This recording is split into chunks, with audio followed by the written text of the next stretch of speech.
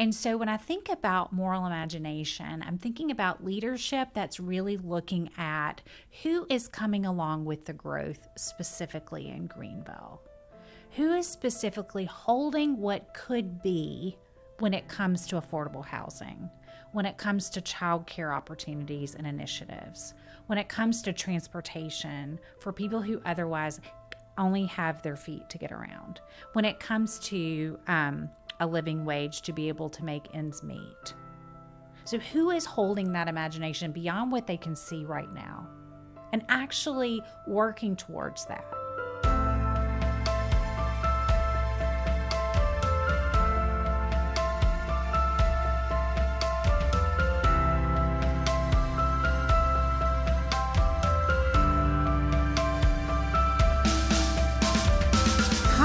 And welcome to Miracles from the Hill podcast, where we share raw stories that display the anatomy of God's grace here at Miracle Hill Ministries. If this is your first time joining us, please subscribe. And of course, you can like, comment, and leave a review.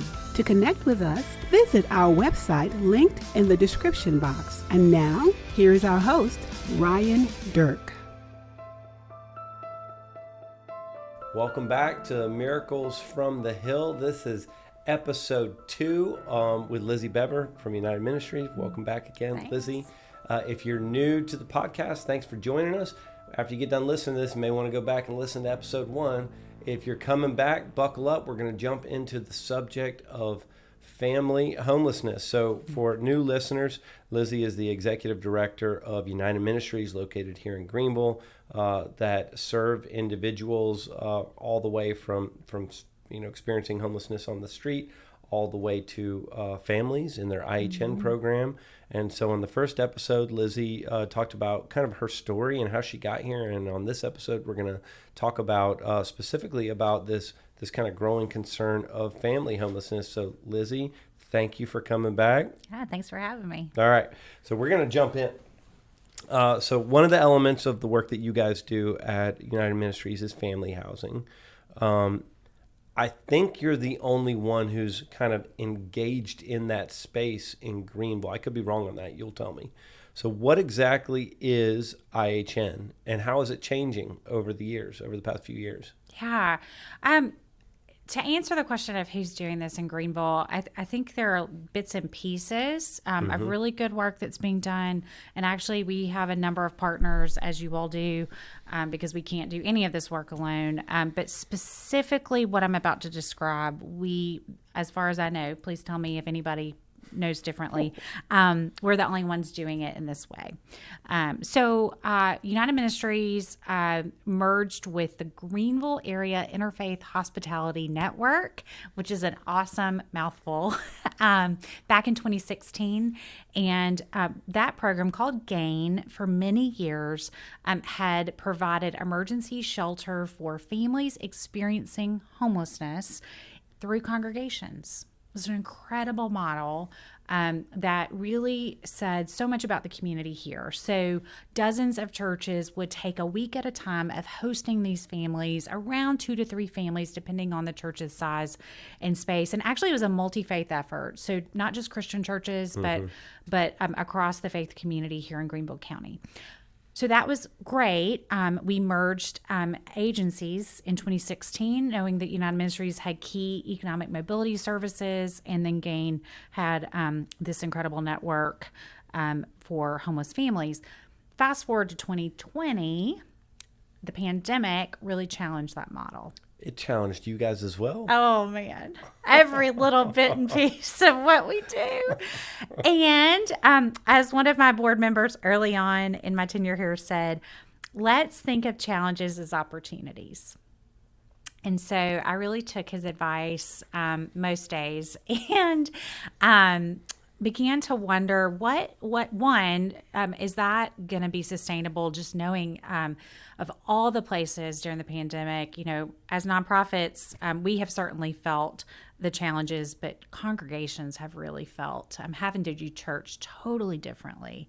And so we began to talk to our partner congregations. Hey, how are you feeling about hosting?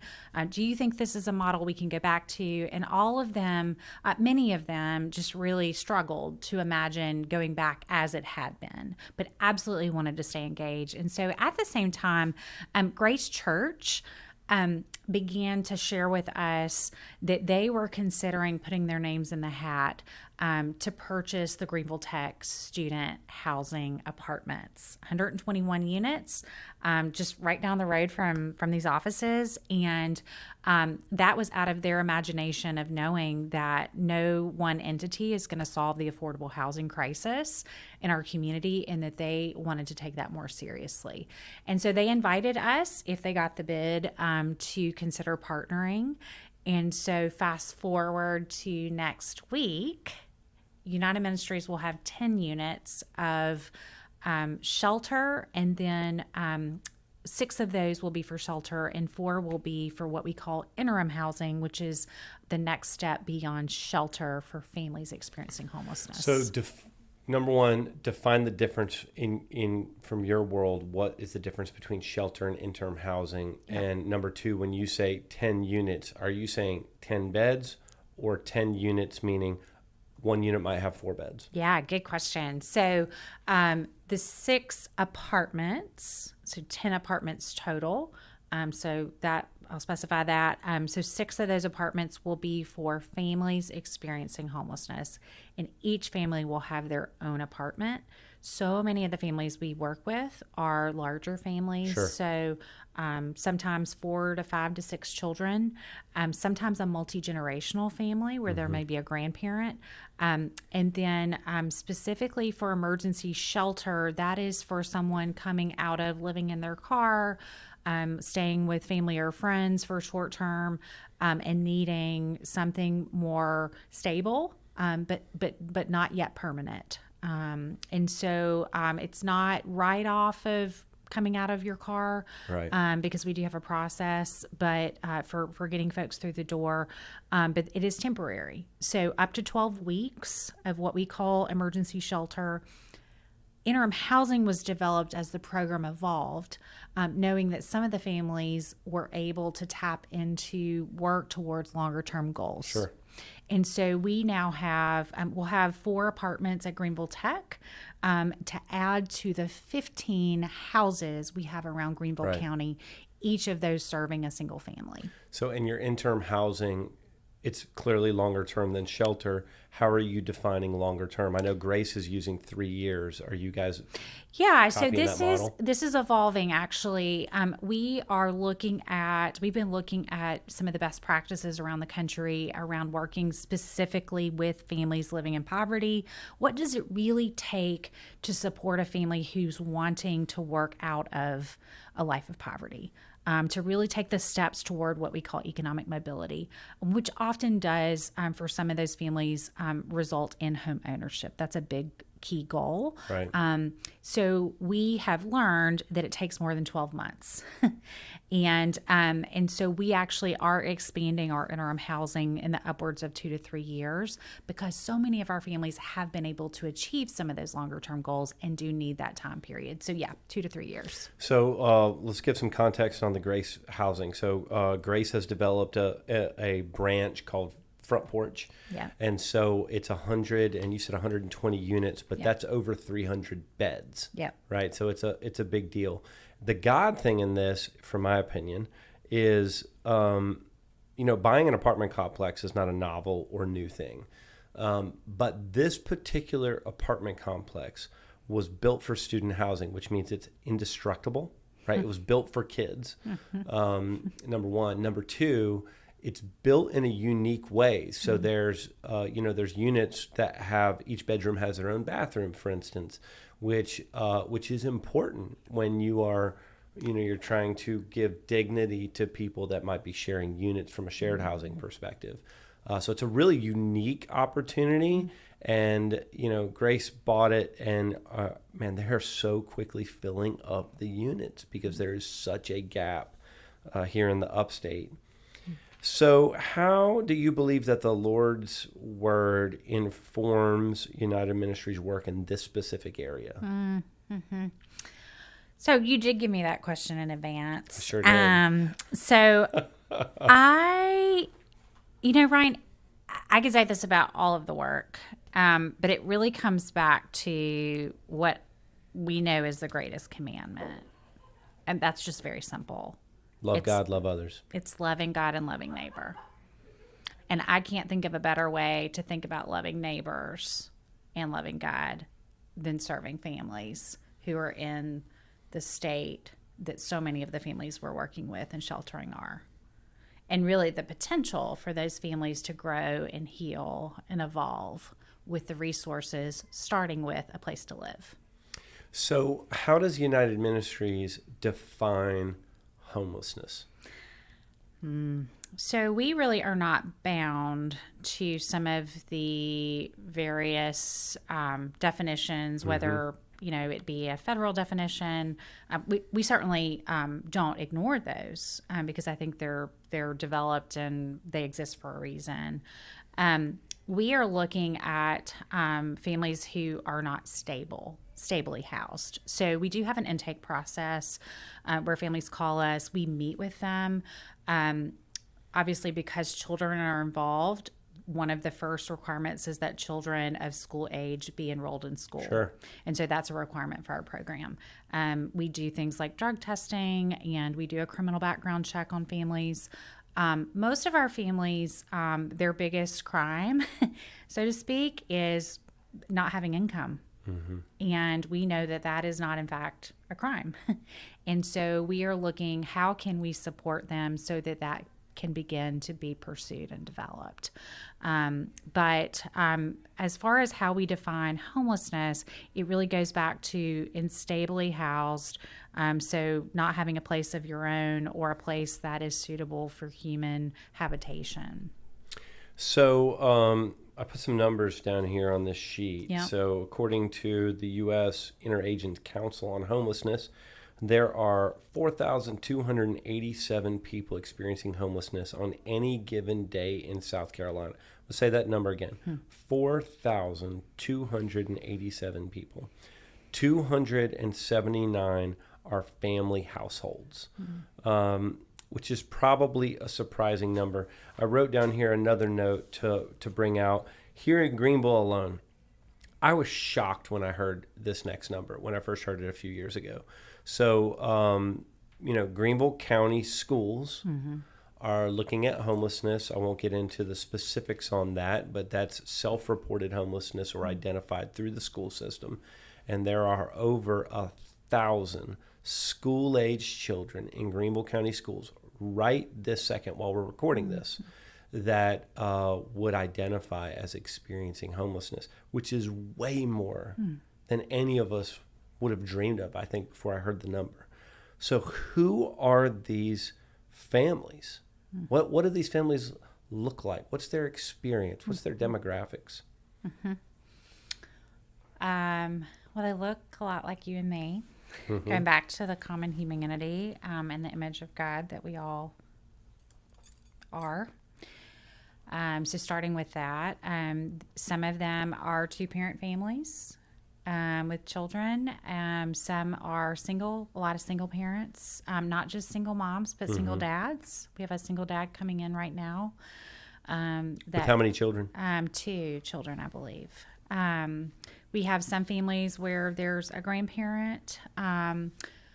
Cost of housing in Greenville has gone up, which we can look at the data for that. It's been in the paper. We know it intellectually, but really knowing it through the numbers of what you just said, I think are a bit of a different lens.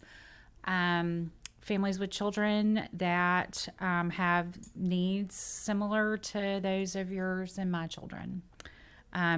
Ethnically or racially, it's varied. We serve white families, we serve black families, we serve Spanish-speaking families. Greenville is really in many ways a very multicultural area, and no one is homelessness can touch anyone. So those families, some have been housed before, and something went really bad. A lot of our families have fallen into predatory lending, where they needed some fast money, and the loan amount wound up being a major barrier that caused further problems. So it's as varied as people are, but those are some of the descriptions of what we see. So African Americans and minorities are overrepresented in the general population of people experiencing homelessness by like 300%, right? So it's tremendous. True for families as well? As far as the families that come to us, I'd say it's not quite as the numbers are not quite the same, but certainly there are more African American families disproportionately affected. Okay, so when these new units open up at Grace Housing, you'll have 6 emergency shelter units, so that's like 25 beds? Yeah, like that? Well, the apartments are a little bit different size, which is great because some families only need 2 bedrooms, Right. and the largest unit is 4 bedroom, 4 bath. Yeah. So you've got 20-something units or beds there. Yep. You've got 4 more beds for interim housing, plus the 15 you already have. How many calls do you get a day? That's a great question. Now, I did not write that down, so I don't know if I know it off the top of my head. Guesstimate. So we definitely have a waiting list, and that waiting list has grown in the last few weeks. So let's say 7 families on the waiting list, and if we're full and families are with us in upwards of 12 weeks, that's a long time to wait. Now, we will, if we know that we're going to work with a family, that the various indicators are there, and that there's a mutual desire to work together, because that really also has to be in place. Sure. We will put families in hotels so that they have a place to be settled while we wait for a unit to open up. So the weeks vary, but the Miracle Hills Vice President of Adult Ministries, he fields all the random requests, and he would say that every week we get between 5 and 20 requests for family housing that we then push to United Ministries. So it's a lot. It's a lot of people that are either on the verge, living in their car, living in a motel. I've said for years that the saddest visual of homelessness, in my opinion, is if you go park your car at the Motel 6 this morning and you see those buses pulling up to pick up these kids, these little kids who are growing up in these very rough hotels with no stability in their life. It's a much bigger issue than we recognize. How is helping a family different than helping an individual? Yeah. Well, you're helping a whole unit of folks who are connected. You're also helping children. So one of the things as we've developed this partnership with Grace that was very important to us that we had to think differently about than just serving adults. Children have particular needs and needs for protection. And so, for example, all of the families that will live on the floor where we're serving all have children. And so we wanted to make sure that we were creating space where children were safe and welcome and cared for. We also, the developmental needs of children, we have been doing research or tapping into research with our partners at the Raleigh Institute of how living a life of poverty or in poverty deeply affects the development of the brain. And especially we know that childhood, how old are your kids right now? Almost 7 and almost 5. So their brains are developing at a rapid pace. And I think about like how often I'm looking at our family decisions around what kind of milk we drink and what kind of food we eat. And all of that is geared around the development of their bodies and their brains. So taking a life of poverty and thinking about the set of concerns and challenges and how different they are, the starting place for those Right. So we want to do everything that we can to provide spaces where that child or those children can develop well, because really we're looking to impact the cycle. Yeah, there's this stability and security piece, right? So if you're a kid and you don't know where your next meal comes from, and you don't know when you get out of school where you're going to sleep that night, are you really focused on school? No, absolutely not. No, you're in a trauma mindset, right? You're in a survival mindset rather than a developmental mindset. I mean, we see that so often in the adult guests that we have in our shelter, that they've had that experience as a child and they never left the survival mindset, right? They never developed beyond it. So what barriers do families experience to try to escape their experience that may be different from individuals? Yeah, well, the first thought I had when you asked that question, if children aren't in school, childcare is one of the biggest barriers. Especially, we can help folks find jobs. We can even support folks who maybe you've gotten a GED, you're going to Greenville Tech, working towards a living wage position. But if you don't have childcare suitable to care for your children while you're at work, that's a major, major barrier. Transportation is an ongoing issue in Greenville County. Getting around, even if you have a car, keeping that car going, and the cost associated with that, and certainly housing, as we're working with folks, are three of the key barriers beyond the living wage, which we'd already talked about. Yeah, putting that in context for the listeners, during COVID, when everybody got sent home, right? If you're a two-parent working household or a single-parent working household, what do you do? Right? You have to be at work, but your kid now is at home. And so you're really stuck with an impossible decision on, you have to care for your kid, but you also have to have enough money to buy the milk that you want or whatever the case may be.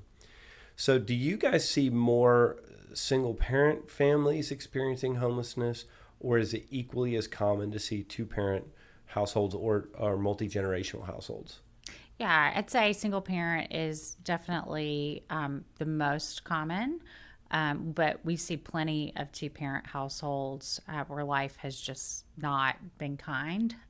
Something has happened. There's been a medical event. Someone's lost their job and it snowballed. Sometimes so I get this question a lot: how much does addiction play into family homelessness? I see it really as a symptom of a larger issue. It's a coping mechanism that for many folks, I know, I'm sure you resonate with this, but when I worked at Christ House, a lot of the men we worked with started addiction because it was the coping mechanism given to them by the elders. And so there was a system, a generational system that was playing into that addiction. So we do see that, and it's absolutely something that some of our clients need support with, but it is not always the driver, which is, I think, a stereotype that we have to break down. So family checks into the emergency shelter. Let's play it forward. Let's say at Grace Housing. Yeah. What does a school day look like for the kids? How is it different?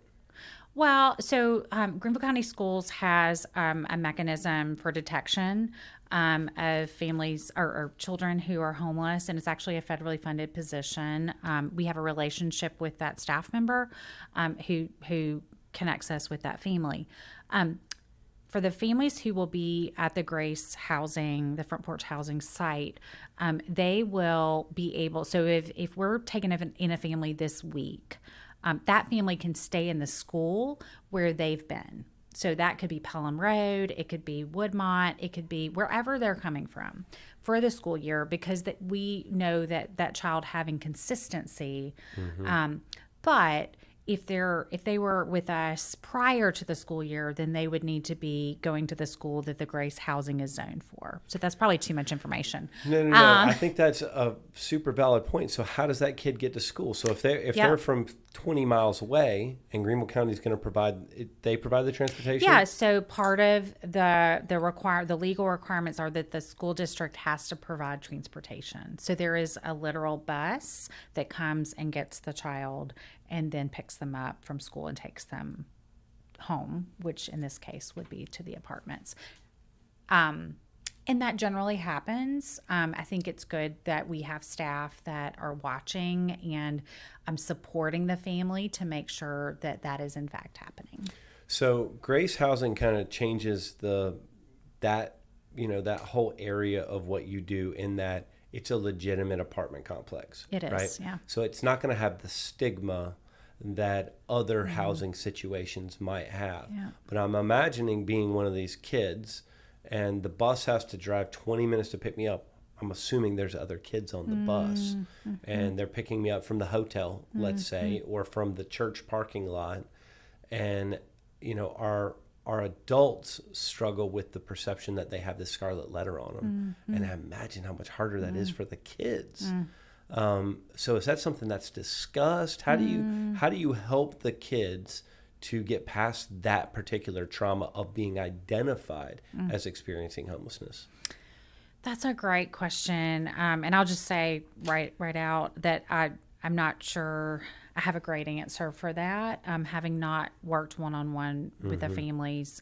What I can tell you is that our staff, who will be managing our clients specifically, are doing everything they can to support the family operating as a family unit. So not United Ministries operating the family or Grace Church operating the family, but what can we do to provide strength and support so that mother or that father can really be the one communicating and framing for the child in as much normalcy and stability as possible. So that might look like our staff providing some coaching. Sure. We actually have a full-time mental health counselor on staff who could be working with that parent as they are adjusting and developing a plan. Many of our participants are working with staff to develop their plan, and that could involve, what does my child need in order to experience normalcy? Yeah, I think the front porch is going to that's a game changer. Yeah. To have a legitimate perception of housing. Okay, so let's jump to systems. So what community level systems, you've been in Greenville for a few years, what need to change for this issue of family homelessness to be affected positively? Yeah, that's a great question. And I will just start off by saying that I recognize and respect that there has been work that has preceded you and me. Right? So it's easy to come into leadership and to look around and to say, well, these are all the things that haven't been done. Thanks a lot. Now it's my responsibility. Do you ever feel that way? Yeah, and just the fact that you're here. So the listeners won't have any understanding of this, but there was a time when the nonprofit community didn't communicate at all, right? Like we were all on our own islands. And so just the fact that we know each other and we interact professionally and we're all trying to affect the same solution is because of those that came before us. So praise the Lord for them. Absolutely. So I recognize that. And so I certainly never want to show up in a way as a new leader that's pointing fingers. Sure. But I have deep gratitude. Sorry about the question. No. And at the same time, I feel, and I'm sure you can resonate, I feel this immense mantle of responsibility, which is a part of the leader's work. And is a part of what we say yes to with God's help. I think that going forward, for Greenville specifically, which is where my focus is, Greenville County, there are several areas in the system that we are going to have to reckon with. And one of those is affordable housing, childcare, transportation, and living wages. Now, none of those are easy, and I don't think that any of those will be systems that will be changed upside down in our lifetime. And at the same time, we serve a big God, Lizzie. Well, you know what? So what I'm getting at is, and on that note, I've been thinking a lot lately as I've in times where I'm reflecting and being still and listening. This concept that I learned in seminary about the prophets, and this idea of having moral imagination. Give me more of that. I have no idea what you're saying. So this is really the prophet's work, seeing what cannot be seen with human eyes. Okay, so when you look back at the prophets, first of all, they were not very popular people, right? And many of them didn't live a long life. But they spoke up and they spoke out and they took action based on what they were told by God to do. That it mostly wasn't popular. It was not popular. Right. I don't know of one of them that was popular, which is intimidating. Micah was kind of a barroom prophet. Well, he's probably a little more popular. They're all a little bit different, right? So it gives us a flavor, like, we have somebody to go to based on our situation. But I've been thinking a lot about what does it take in a community specific. The irony here is that Greenville is on the map right now as like one of the best places to live in the country. In fact, even last week, Greenville is like one of the places to visit around the world for the fall. It's like one of the best places to visit from a global lens. And with all that's all great. And I'm not here to say that that's not a good thing. And at the same time, in 50 years, what will we be known for beyond the wealth that we created? And the leaves in the fall. And so when I think about moral imagination, I'm thinking about leadership that's really looking at who is coming along with the growth specifically in Greenville. Who is specifically holding what could be when it comes to affordable housing, when it comes to childcare opportunities and initiatives, when it comes to transportation for people who otherwise only have their feet to get around, when it comes to a living wage to be able to make ends meet. So who is holding that imagination beyond what they can see right now and actually working towards that? Speaking it out. And I will say, I think that has to happen at multiple levels of leadership in the community. So if I could just wish, that's what I would wish for. So you and I would be considered the usual suspects to say we need to fix those issues. Mm-hmm. So what you're saying is that needs to be echoed through multiple levels, right? From government to the regular Joe Schmo on the street mm-hmm. that is in agreement and also speaking that language. Those ideas are like a living wage, right? It's an idea. There certainly could be argument about what that is. Mm-hmm. I don't think anybody denies that there needs to be change, right? People have to make more money. Mm-hmm. But things like, so that's subjective, but arguably objective. Something like childcare, that's a much more complex mm-hmm. idea, right? Mm-hmm. So does society have a responsibility to provide childcare? Mm-hmm. The people that might say no, I would say, well, what is school for you, mm-hmm. right? School is arguably childcare for your children. Once they're there, at least it is for 2/3 of the year. So what would be a solution for that, for childcare? Well, so while my expertise is in the area of this is a barrier in the families that I'm serving, I will just confess that I am not a childcare complexity. Yeah, I'm sorry for putting you on the spot with that. It's okay. But I know many people who know this a lot better than I do. First of all, there are places in the country that I think have been able to crack this a little bit more and have imagination around what solutions could look like, which I really think is the starting place. There's so much research that goes into the development of children between ages 0 to 5. And so I think the question is, what happens if we don't give our focus to imagination around what is possible? What will happen? What's the cost? What is the cost? Yeah, because ultimately there is a cost. There's a cost. And you and I see this in adults who have been part of these systems every day. Yeah, so when we look at Greenville specifically, I get told all the time that there are, I'm just going to use the words that are given to me, there are more homeless people in Greenville. The reality is that there's not, right? The number's relatively stable. If you look at the pit count, it's slightly down. If you look at it across a year, maybe slightly ticked up a little bit. But people experiencing homelessness are much more visible. And so when we talk about things like this, I really believe that we need to begin with the end in mind. We talked about this in a meeting a couple weeks ago, right? So there's not a scenario where we eradicate homelessness. There's not a scenario where we eliminate all the barriers.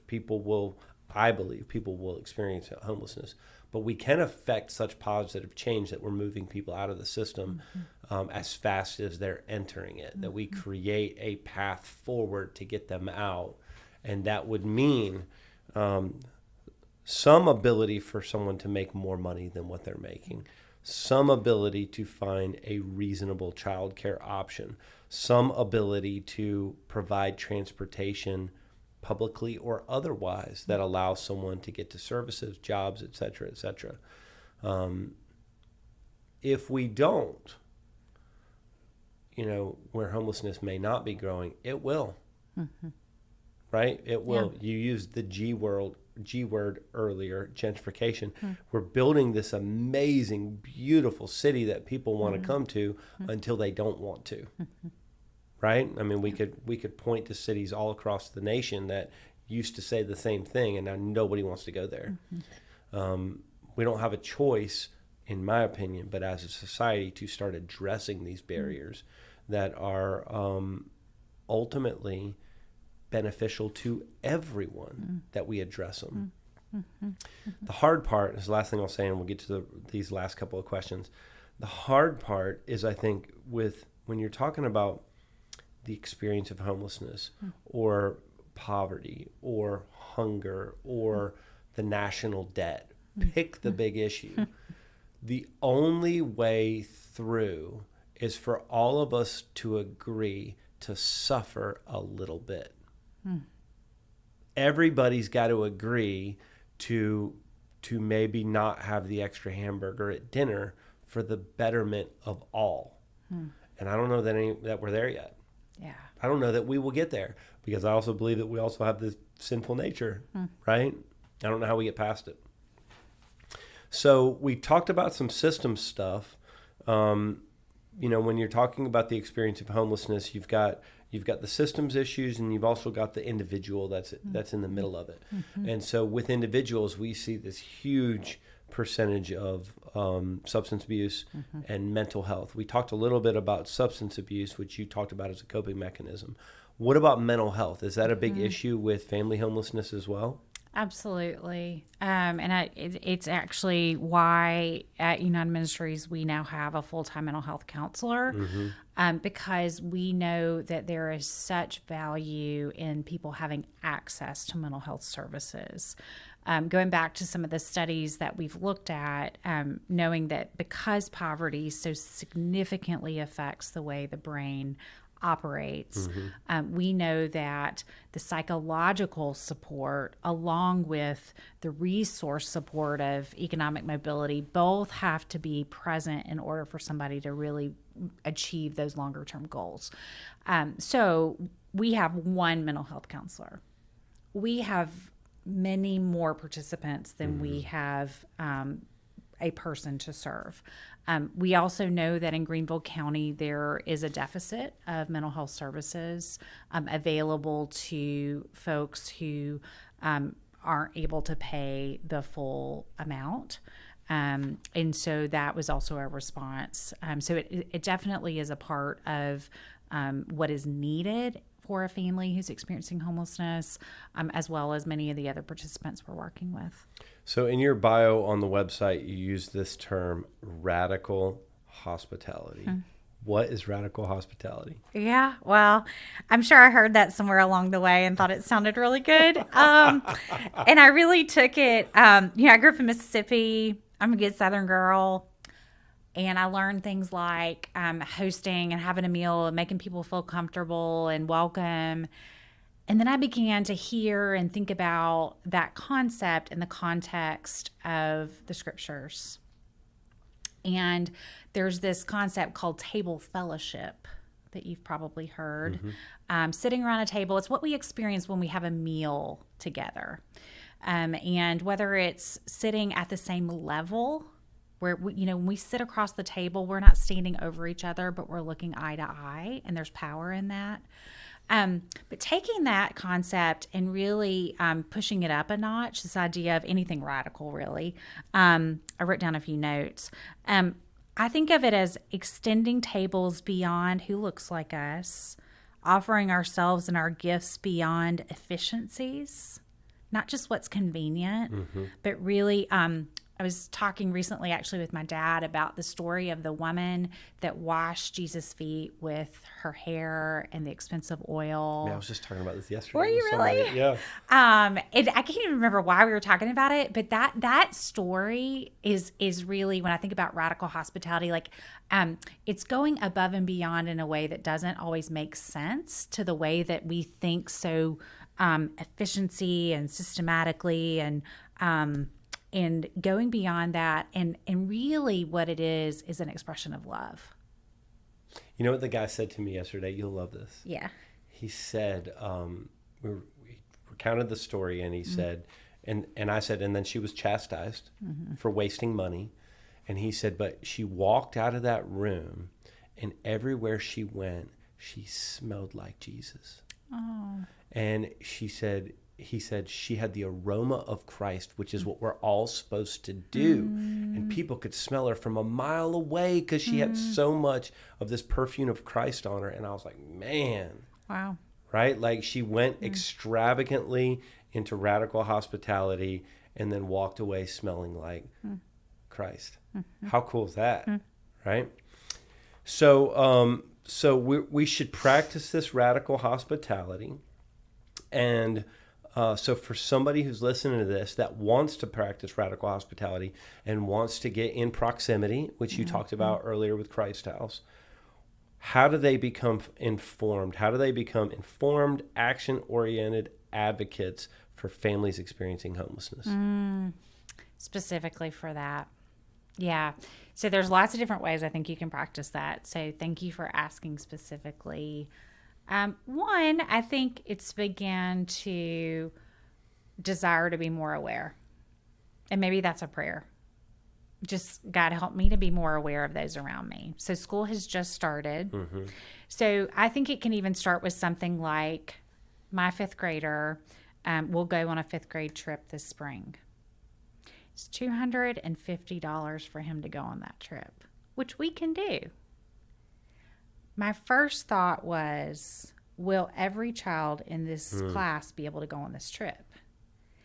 And if you can start there, I think it begins to open up your eyes to all the places that we take for granted for those of us who are middle class, those who are upper class, and able to make ends meet, where we rarely wonder where the money will come from.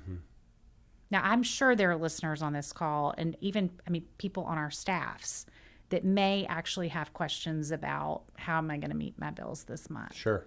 So I certainly don't want to underestimate that.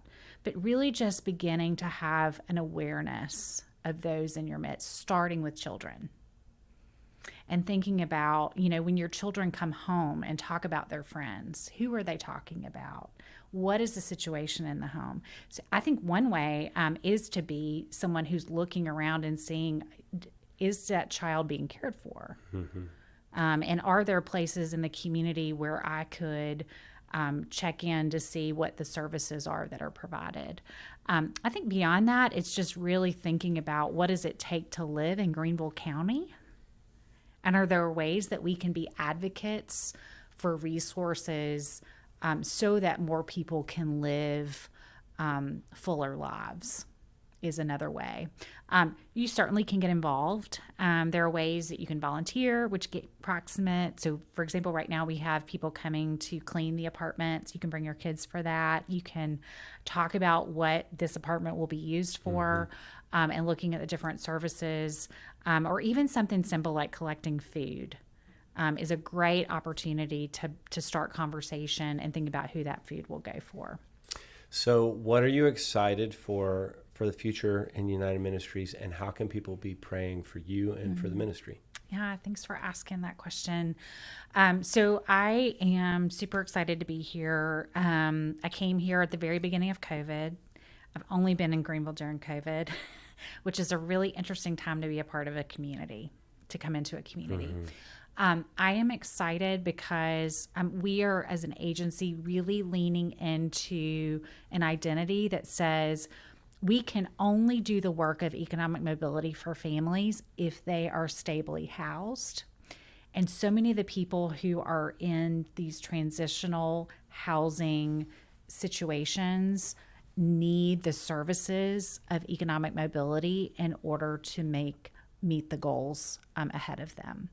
And so I'm excited because we are really leaning into seeing ourselves as providers of both, and imagining a Greenville where families actually can achieve things like home ownership who are coming out of poverty. And I don't say that like that is the solution for everyone. Sure.